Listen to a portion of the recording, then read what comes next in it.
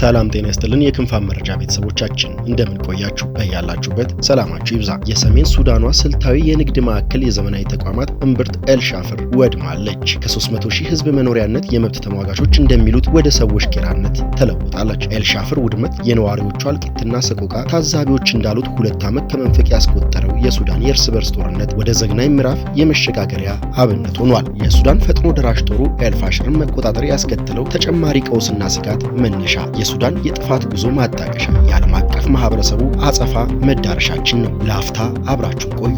ዝርዝሩን እንደሚከተለው እናቀርብላችኋለን። መረጃዎቻችን ሁልጊዜም በፍጥነት እንዲደርሳችሁ ቻናላችንን ላይክ፣ ሼር፣ ሰብስክራይብ በማድረግ የደውል ምልክቱን በመጫን ይጀምሩ። አልበሽር በለብለብ ስልጣን በአዲስ መለያ ወይም ዩኒፎርም በጦር መሳሪያ ላጠናከሩት አዲስ ኃይል አዛዥ የጀነራል ማዕረግ ሲለጠፉ ቁጥራቸው ጥቂት ቢሆንም የሱዳን የስለላ ወታደራዊ ባለሙያዎች የኋላ መዘዙን ገምተው አለቃቸው ሐሳባቸውን እንዲቀይሩ ጠይቀው ነበር። የሰሜን ሱዳኗ ስልታዊ የንግድ ማዕከል የዘመናዊ ተቋማት እምብርት አልሻፍር ወድማለች። ከ300 ሺህ ህዝብ መኖሪያነት የመብት ተሟጋቾች እንደሚሉት ወደ ሰዎች ቄራነት ተለውጣለች። የኤልሻፍር ውድመት የነዋሪዎቿ እልቂትና ሰቆቃ ታዛቢዎች እንዳሉት 2 ዓመት ከመንፈቅ ያስቆጠረ የሱዳን የእርስ በርስ ጦርነት ወደ ዘግናኝ ምዕራፍ የመሸጋገሪያ አብነትም ሆኗል። የሱዳን ፈጥኖ ደራሽ ጦር ኤልሻፍርን መቆጣጠሩ ያስከተለው ተጨማሪ ቀውስና ስጋት መነሻ የሱዳን የጥፋት ጉዞ ማጣቀሻ የዓለም አቀፍ ማህበረሰብ አጸፋ መድረሻችን ነው። ኤልሻፍር ከአንጸባራቂ ከተማነት ወደ እልቂት ማዕከልነት በ18ኛው መቶ ክፍለ ዘመን ኃይል ብልህነታቸውና በዳርፉሮች ዘንድ ስምና ዝናን ያተረፈላቸው ሱልጣን አብዱራህማን አልረሺድ ያችን በአቧራማ በረሃ የተከበበች ስፍራ እንደ አማራጭ ርዕሰ ከተማነት የሰፈሩባት። ጸሐፍት እንዳሉት በ3 ምክንያት ነው። ነፋሻ ናት፣ ለእርሻ ትመቻለች፣ ከሁሉም በላይ ደግሞ ለፖለቲካ እርምጃ ለጦር ኃይል ንቅናቄ ስልታዊ ናት። ፋሸር ወይም ተለዋዋጭ ርዕሰ ከተማ አሏትም። የሱዳን የእርስ በርስ ጦርነት እስከተጫረበት እስከ ሚያዝያ 2023 ድረስ ሌሎች የሰሜን ሱዳን ከተሞች አንዳቸው ከሌላቸው መኪና መንገድ የሚገናኙት በኤልሻፍር በኩል ነው። ከሱዳን የወደብ ከተማ ወደ ሰሜን ሱዳን ወይም በተቃራኒ ሸቀጥ ይሁን የእርዳታ ቁሳቁስ በመኪና የሚጓዘው በዚህ ከተማ በኩል ነበር። ከሰሜንና ከምዕራብ ሱዳን ከተሞች ሁሉ በዘመናዊ የሕክምና ማዕከላት፣ የገንዘብ ተቋማት፣ የንግድ ማዕከላት፣ ትልቅ ዩኒቨርሲቲዎች የሚገኙት ኤልፋሸር ነው። ጦርነቱ እስከተጀመረበት ጊዜ ድረስ ከ300 ሺህ በላይ ህዝብ ይኖርባት የነበረው የሱዳን መከላከያ ጦርና የሀገሪቱ ፈጥኖ ደራሽ ኃይል ሚያዝያ 2023 ካርቱም ላይ የገጠሙት ውጊያ ወደ ሰሜን ምዕራብ ሱዳን ከተስፋፋ ወዲህ ግን አቅሙ የፈቀደ ነዋሪ ወደ ሌላ ከተማ ሸሽቷል። ኤልሻፍር የመከራ ማግስት መከራ ማዕከል። የሰብአዊ እርዳታ ቀባዮችና የመብት ተሟጋቾች እንደሚሉት የፈጥኖ ደራሽ ጦሩ ከተማይቱን ለ500 ቀናት ከቦ የእርዳታ እህል እንዳይገባ በመከልከሉ መሸሽ ያልቻሉ በሺህ የሚቆጠሩ የከተማይቱ ነዋሪዎች በረሃብ፣ በኮሌራ፣ በሌሎች በሽታዎች አልቀዋል። ባለፈው መስከረም ከተማይቱን ለቀው የወጡ የሱዳን መብት ተሟጋቾች እንዳሉት ኤልፋሸር ወደ ትልቅ ክፍት መቃብርነት ተለውጣለች። የፈጥኖ ደራሽ ጦሩ ከ1 ሳምንት በፊት ኤልፋሸርን ከተቆጣጠረ በኋላ ሰላማዊ ሰዎች መኖሪያቸውን ከባድ መሳሪያ ይደበድብ ገባ። የመብት ተሟጋቾች እንደሚሉት የፈጥኖ ደራሽ ጦሩ ባልደረቦችና ተባባሪዎች ሚሊሻዎች በአደባባይ አንዳንድ የቪዲዮ ካሜራ እየቀዱ በሽተኛ ከሐኪም ልጅ ከአዋቂ ሳይለዩ ሰላማዊ ሰዎችን ይረሽኑ ያዙ። ሴቶችን ይደፍራሉ። ግድያ፣ ጥቃት፣ ግፍን የፈሩ 70 ሺህ ያክል ነዋሪዎች ጠዊላ ወደ ተባለች አካባቢም ሸሽተዋል። ዛህራ አህመድ ኤልፋሽር ምን ቀረኝ አይነት ይላሉ። የበኩር ልጄ ተገሏል፣ በሽተኛ ባሌ ሞቷል፣ ሌላው ልጄ በከባድ መሳሪያ ተመትቶ ቆስሏል። በመጨረሻም ለመሸሽ ወሰንኩኝ። ልቆይ ብልም ምግብ የለም፣ ገንዘብ ቢኖርም እንኳን የሚሸጥ ምግብ መጠጥም የለም። ሌላው ቢቀር ለቁስለኛው ልጄ ለሕክምና መከላከያ ብርድ ልብስ ይሰጣናል የሚል ተስፋ አለን። ልጄም ሕክምና አግኝቶ ይድናል ብዬም ተስፋ አደርጋለሁ። ሌላኛዋ ወጣት ደግሞ ናጃዋ አደም ናት። ሸሽታለች። እናቷ፣ ወንድሞቿ፣ አክስቷ፣ አያቷ ያሉበትን ግን አታውቅም። ዘመዶቿን ለማግኘት ትመኛለች። ጦርነቱም እንዲቆም ትጸልያለች። ጦርነቱ እንዲቆም እመኛለሁ። እኔ ራሴ እናቴና 3 ወንድሞቼ ጠፍተውብኛል። ያሉበትን አላውቅም። ዛሬ ከከተማዋ ስንወጣ ወዴትና የት እንደሄዱ አጣኋቸው። ወደ ከተማው ይመለሱ ወይም ወደ ሌላ ስፍራ ይሽሹ አላውቅም። ተበታትነናል። አላገኘኋቸውም። እናቴ፣ 3 ወንድሞቼ፣ አክስቴ፣ ሴት አያቴ አንዳቸውም የሉም። የሮማ ካቶሊክ ቤተክርስቲያን ርዕሰ ሊቃነ ጳጳሳትም ሊዮ 14ኛ እንደ ናዋጅ ሁሉ ኤልፋሽር ውስጥ ግፍ ለተዋለባቸው ሰዎች ይጸልያሉ። ውድ ወንድሞቼና እህቶቼ ከሱዳን በተለይም ከኤልፋሸር ብዙ ከተሰዉበት ከዳርፉር ግዛት የሚወጡ ዘገባዎችን በታላቅ ሐዘን እየተከታተልኩ ነው። በሴቶችና በልጆች ላይ መከላከያ በሌላቸው ሰላማዊ ሰዎች ላይ በመደዳ የሚፈጸም የኃይል እርምጃ ሰብአዊ እርዳታ እንዳያደርግ መከላከል ወትሮ ለበርካታ ወራት በተደረገ ግጭት የተሰቃየ ህዝብ ተቀባይነት ለሌለው መከራ እየዳረገ ነው። የተባበሩት መንግስታት ድርጅት የሱዳን መብት ተሟጋች እንደሚሉት ባለፈው 1 ሳምንት ውስጥ ጠዊል ከደረሰ ተፈናቃዮች 700 ያክሉ ከወላጆቻቸው የተለዩ ወይም ዘመድ ወዳጆቻቸው የተገደሉባቸው ለአካለ መጠን ያልደረሱ ልጆች ናቸው። የዳርፉር ጦርነትና የኋላ መዘዙ ከ2003 ጀምሮ ለተለያዩ ዓመታት በሱዳን መንግስት ጦርና በዳርፋር አማጽያን መካከል በተደረገ ጦርነት በመቶ ሺዎች የሚቆጠሩ የግዛቲቱ ህዝብ አልቋል። ለዳርፋር ጦርነት መነሻ ናቸው ከሚባሉ ምክንያቶች ዋናዎቹ የብሪታንያና የግብጽ ቀኝ ገዢዎች የቀረቡት የልዩነት ፈንጂ፣ አንድ የካርቱም ገዢ ለረጅም ዓመት የተከለው የአረብ የጥቁር የሱዳናውያን የበላይነት የበታችነት የአገዛዝ መርህ፣ ሁለት ኃያላን መንግስታት ጥቅምና የሱዳን የተፈጥሮ ሀብት ለመቆጣጠር የሚሹ የአካባቢው ኃይላት ጣልቃ ገብነት ሶስቱ ናቸው። ፈጥኖ ደራሽ ጦሩ የጃንጃዊን ግኝት።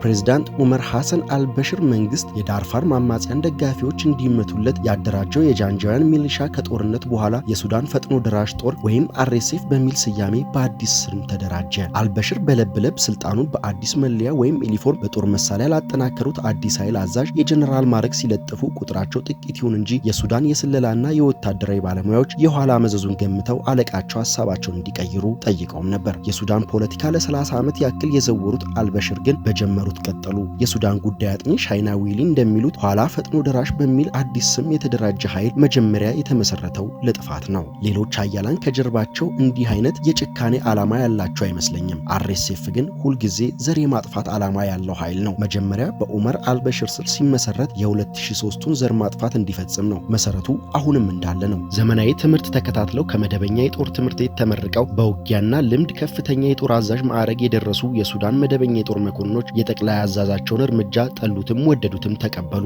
ይሁንና ለነዚያ ባፍታ ከግመል አርቢ ጋላቢ ወይም ነጋዴ ወደ ጦር አዛዥ ለተለወጡት አዳዲስ መኮንኖች ያላቸው ንቀት ቢደብቁ እንኳን እኩል ለማየት ይተናነቃቸው ነበር። በ2018 የሱዳን ህዝብ በአልበሽር አገዛዝ ላይ ሲያመጽ አመጹን ለማክሸፍ ቀድሞ የዘመተው ፈጥኖ ደራሽ ኃይሉ ነበር። ጀነራል መሐመድ ሐምዶክ ዳግሎ ወይም ሐምዲቲ የሚያዙት ጦር የሚወስደውን እርምጃ የካርቱም ምርጥ መኮንኖችም አልጠሉትም። የአልበሽር ወንበር ለመቆጣጠር ግን የፈጥኖ ደራሽ ጦሩ እንቅፋት ሊሆን እንደሚችል በግልጽ አውቀውትም ነበር። የፖለቲካ ተንታኞች እንደሚሉት ፈጥኖ ደራሽ ጦሩ በአንድ በኩል የህዝብ አመጽ እንዲያዳክም፣ በሌላ በኩል አልበሽር የሚሰጠውን ድጋፍ እንዲቀንስ የካርቱም ምርጥ መኮንኖች እነ ሐምዲቲን በመሪነት ስልጣን ጭምር ያባብሉ ገቡ። ተሳካ። ሚያዝያ 11 2019 አልበሽር ከስልጣን ተወገዱ።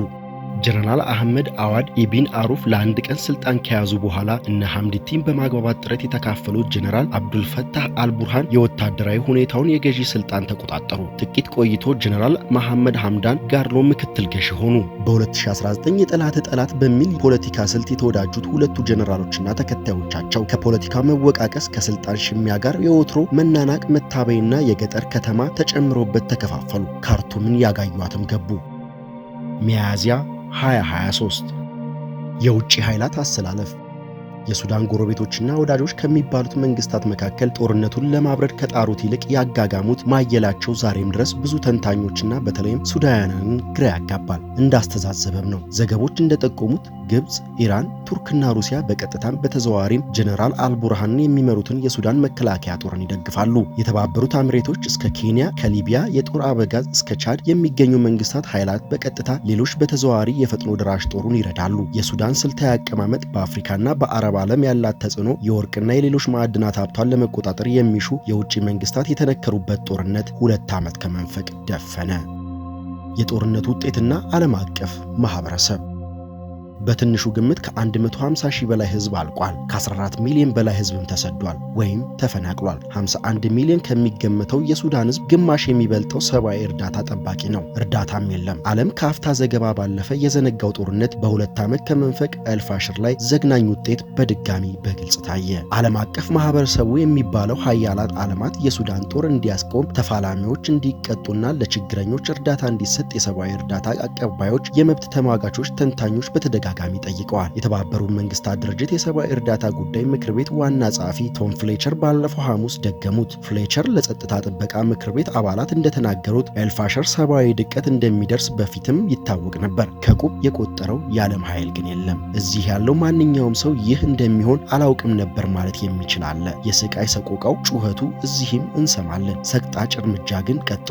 ሴቶችና ልጃገረዶች እየተደፈሩ፣ ሰዎች በማንነታቸው እየተከፋፈሉ እየተገደሉ ነው። ትላንት የሳውዲ አረቢያ እናቶች ሐኪም ቤት ውስጥ ብቻ 500 ያህል ህሙማን አስታማሚዎች መገደላቸው ተዘግቧል። ይህም የህክምና ተቋማት ላይ ከሚፈጸሙ ጥቃቶች የቅርብና ለጦርነቱ አስቀያሚ ገጽታዎች አንዱ ምሳሌ ነው። ፈጥኖ ደራሽ ጦሩ ኤልፋሽር ውስጥ ብቻ በ3 ቀን ውስጥ ከ1400 በላይ ሰላማዊ ሰዎች መግደሉ ተዘግቧል። በርካታ ሴቶችና ልጃገረዶችም ተደፍረዋል። ኤልፋሽር ውስጥ የተፈጸመው ጥቃት፣ ግድያና ግፍ የተለያዩ መንግስታት፣ የአውሮፓ ህብረት የጸጥታ ጥበቃ ምክር ቤት አባላት አውግዘውታል። በደሉም ባደረሱት ኃይላት ላይ ጠንካራ እርምጃ ለመውሰድ የቃጣ ኃይልና መንግስት ግን የለም። የጀነራል ሐምዲቲ መግለጫ ዓለም አቀፍ ውግዘትና ጩኸት ከተደጋገመ በኋላ ፈጥኖ ደራሽ ጦሩ ሰላማዊ ሰዎች ላይ ግፍ የዋሉ ያላቸውን አባላት ማሰሩን አስታውቋል። የጦሩ አዛዥ ጀነራል መሐመድ ሐምዶክ ዳግሎ ሮብ እንዳሉት ጦራቸው ግድያና ግፍ የሚያጣራ የህግ ኮሚቴም ሰይሟል። ይሁንና ጀነራሉ እንዳሉት ቡድናቸው ኤልፋሽርን መቆጣጠሩ ወይም በሳቸው አገላለጽ ነፃ ማውጣቱ የጦርነቱን ኃይል ሚዛን ቀይሮታል። ኤልፋሽር ነፃ መውጣት የጦርነቱ ስልታዊ ይዘት የሚቀይር ብቻ ሳይሆን ለሱዳን አንድነትም ለውጥ ያመጣል። አንድነቱ በሰላም ወይም በድርድር እንዲሆን ተስፋ እናደርጋለን። በሰላምም ሆነ በጦርነት ለሱዳን አንድነት ለውጥ ነው። ወዳጆች ጠላት የሆኑበት ጦርነት። የሱዳን መከላከያ ጦር በጦሩ የሚደግፉ መንግስታት ግን አሸባሪ ከሚለው ፈጥኖ ደራሽ ጦር ጋር ሰላም ለማውረድ አልደራደርም እንዳለ ነው። የካርቱም ባለስልጣናት ደጋግመው እንዳሉት ለሱዳን ጦርነት ተጠያቂ የፈጥኖ ደራሽ ጦሩን የምታስታጥቀው የተባበሩት አረብ ኤምሬት ናት። በካይሮ የሱዳን አምባሳደር ኤምዳልዲን ሙስጣፋ አዳዊ ትላንት እንዳሉት ደግሞ አራትዮሽ ከሚባል የሱዳን አስታራቂ ቡድን ውስጥ የተባበሩት አረብ ኤምሬቶች እስካልወጡ ድረስ መንግስታቸው ከቡድኑ ጋር አይተባበርም። የተባበሩት አረብ ኤምሬቶች በአራትዮሽ ጥላ ስር እንደ አስታራቂ እስካለች ድረስ በቡድን ውስጥ አንካፈልም። ቡድኑ እንደ ስሙ ትክክለኛ ተልእኮን የሚወጣ ከሆነ እንካፈላለን። አለበለዚያ ከነሱ ጋር መቀመጥም ሆነ እነሱን እንደ ገለልተኛ አስታራቂ ማየት አይቻልም። ዩናይትድ ስቴትስ የመሰረተችው አራትዮሽ የተባለው ቡድን ራሷ ዩናይትድ ስቴትስ፣ ሳውዲ አረቢያ፣ ግብጽና የተባበሩት አረብ ኤሚሬቶች የሚያስተባብር ነው። ቡድኑ የሱዳን የወደፊት ሰላም በተመለከተ በተደጋጋሚ ቢሰበሰብም በካይሮና በአቡዳቢ መካከል በሚፈጠር ልዩነት ምክንያት እስካሁን የተፈጠረ ምንም ነገር የለም። የካይሮና የአቡዳቢ ገዢዎች የመንን ለመደብደብ ጥብቅ ወዳጆች ነበሩ። ቀጠር በማዕቀብ ለመቅጣት ተባብረውም ነበር። የቀድሞ የሶሪያ መሪ አልበሽርን አሳደው ለማስወገድም ተመሳጥሮ ነበር። የሱዳንና የሊቢያ ጦርነት ላይ ተቃራኒ ኃይላትን ደግፈዋል። ሱዳንም የቀድሞ ወዳጆችን የገጠሙትን ወዳጆች ያቃረነ ጦርነት ማዕከል እንደሆነች ቀጥላለች።